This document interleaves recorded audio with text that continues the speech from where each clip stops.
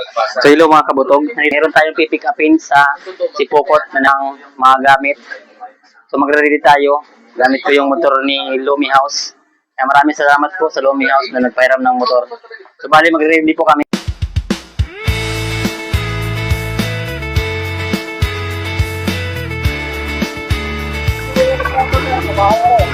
So bali alis na kami mga kabutog. Ipunta na po kami sa Sipokot.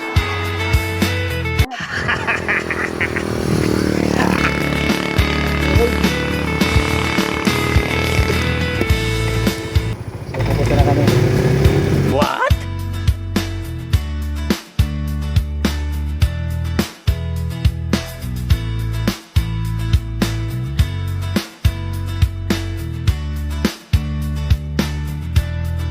Mga kabutog, bali pupunta tayo dun sa Sipokot kung saan mayroong nag-sponsor na mga gamit kung saan dun sa Barangay Tumaca.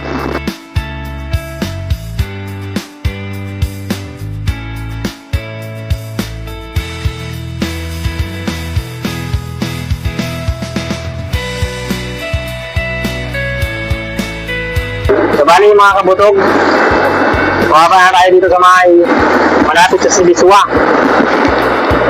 At malapit na tayo sa sentro ng Sipokot para kuhain yung damit na bibigay ni ma'am para tulong sa aming barangay Tumaca, yung mga nabahaan. So, bali po, huwag niyo pong i-skip to. Panoorin niyo po hanggang matapos para masubaybayan niyo po kung sino talaga yung tumulong. Kaya kabutog, please comment and share po, react po, para tulong na rin po sa akin. So, ito na po yung Siliswa. Mabuti nga, di umulan talaga eh.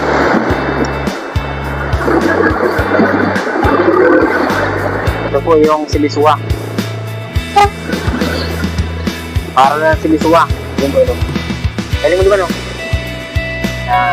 Yan po para na Siliswa. Shout out sa mga nag-aaral dito.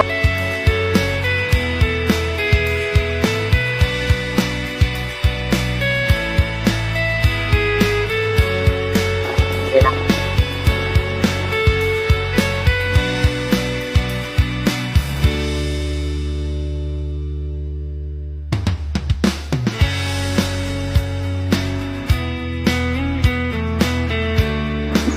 So bali yung location niya po dito po sa may train, katabi daw po ng Card Bank.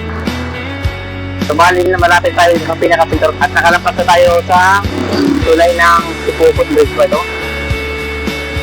May train po tayo pupunta. Doon natin siya hanapin kung saan po ang pwesto niya. So bali kabutog, nandito tayo sa naging sponsor ng mga damit na dito sa Sipokot na ang kanyang pangalan ng printing. Katabi lang po ng Sipokot Card Bank. Tapos tapat ng Tambuting. Kaya kung sino mo magpapagawa, magpaprint, punta na lang po kayo dito sa 6 Color Digital Photo Printing. Ito po yung mga ginagawa nila. Yan po, kabutog. Bali, yata rin namin po dito sa Tumaca.